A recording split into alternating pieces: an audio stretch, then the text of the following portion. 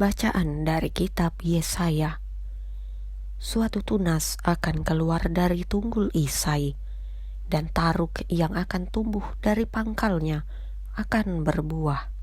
Roh Tuhan akan ada padanya, roh hikmat dan pengertian, roh nasihat dan keperkasaan, roh pengenalan dan takut akan Tuhan.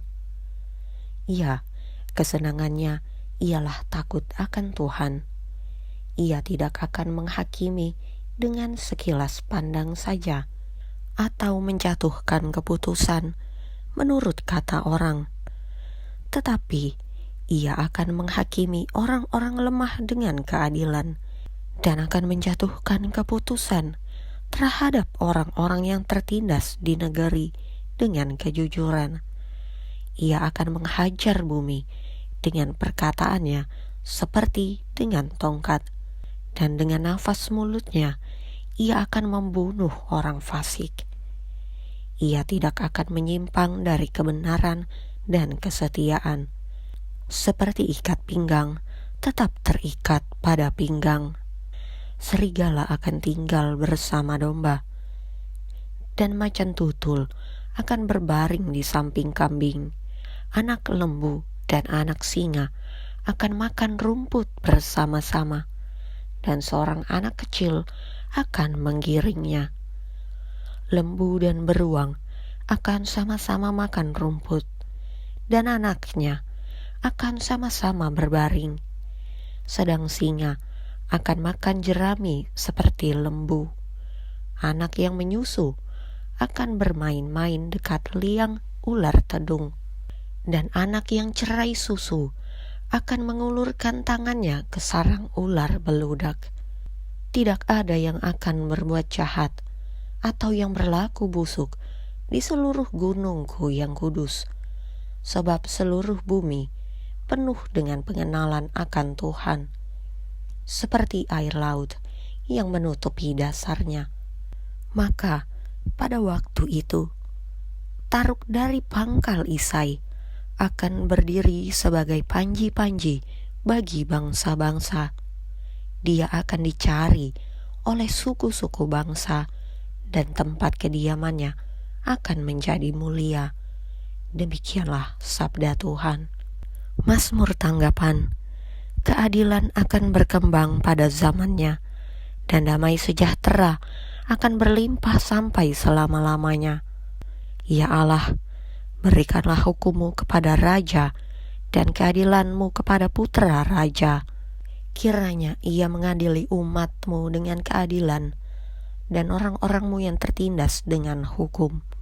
Keadilan akan berkembang pada zamannya, dan damai sejahtera akan berlimpah sampai selama-lamanya. Kiranya keadilan berkembang dalam zamannya, dan damai sejahtera berlimpah sampai tidak ada lagi bulan. Kiranya ia memerintah dari laut ke laut, dari sungai Efrat sampai ke ujung bumi. Keadilan akan berkembang pada zamannya, dan damai sejahtera akan berlimpah sampai selama-lamanya. Sebab ia akan melepaskan orang miskin yang berteriak minta tolong, orang yang tertindas, dan orang yang tidak punya penolong. Ia akan sayang kepada orang lemah dan orang miskin. Ia akan menyelamatkan nyawa orang miskin. Keadilan akan berkembang pada zamannya, dan damai sejahtera akan berlimpah sampai selama-lamanya. Biarlah namanya tetap selama-lamanya. Kiranya namanya semakin dikenal selama ada matahari.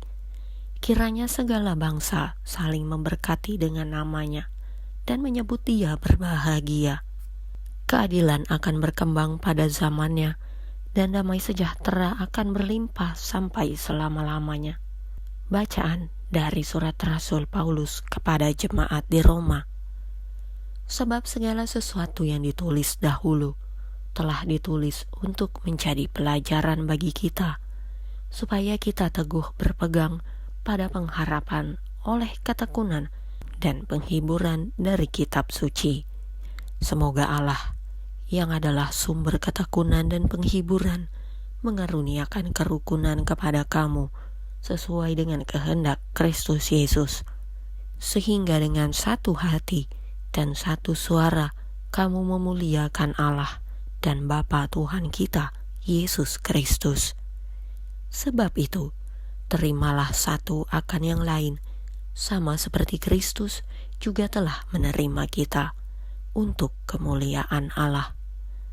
Yang aku maksudkan ialah bahwa oleh karena kebenaran Allah, Kristus telah menjadi pelayan orang-orang bersunat untuk mengokohkan janji yang telah diberikannya kepada nenek moyang kita, dan untuk memungkinkan bangsa-bangsa supaya mereka memuliakan Allah karena rahmat-Nya. Seperti ada tertulis, sebab itu aku akan memuliakan engkau di antara bangsa-bangsa dan menyanyikan mazmur bagi namamu. Demikianlah sabda Tuhan. Bacaan Injil menurut Santo Matius. Pada waktu itu, tampillah Yohanes Pembaptis di padang gurun Yudea dan memberitakan, "Bertobatlah, sebab kerajaan surga sudah dekat." Sesungguhnya dialah yang dimaksudkan Nabi Yesaya ketika ia berkata, "Ada suara orang yang berseru-seru di padang gurun, persiapkanlah jalan untuk Tuhan, luruskanlah jalan baginya."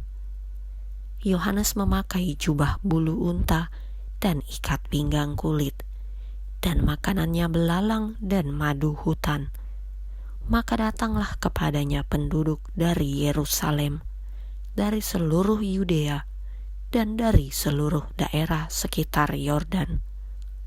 Lalu sambil mengaku dosanya, mereka dibaptis oleh Yohanes di sungai Yordan. Tetapi waktu ia melihat banyak orang Farisi dan orang Saduki datang untuk dibaptis, berkatalah ia kepada mereka, "Hai kamu, keturunan ular beludak, siapakah yang mengatakan kepada kamu bahwa kamu dapat melarikan diri dari murka yang akan datang? Jadi, hasilkanlah buah yang sesuai dengan pertobatan. Dan janganlah mengira bahwa kamu dapat berkata dalam hatimu, 'Abraham adalah bapa kami,' karena aku berkata kepadamu, Allah dapat menjadikan anak-anak bagi Abraham dari batu-batu ini. Kapak sudah tersedia pada akar pohon, dan setiap pohon yang tidak menghasilkan buah yang baik pasti ditebang dan dibuang ke dalam api. Aku membaptis kamu dengan air sebagai tanda pertobatan, tetapi ia yang datang kemudian daripadaku lebih berkuasa daripadaku, dan aku tidak layak melepaskan kasutnya. Ia akan membaptiskan kamu dengan Roh Kudus dan dengan api. Alat penampi sudah di tangannya. Ia akan membersihkan tempat pengirikannya dan mengumpulkan gandumnya ke dalam lumbung.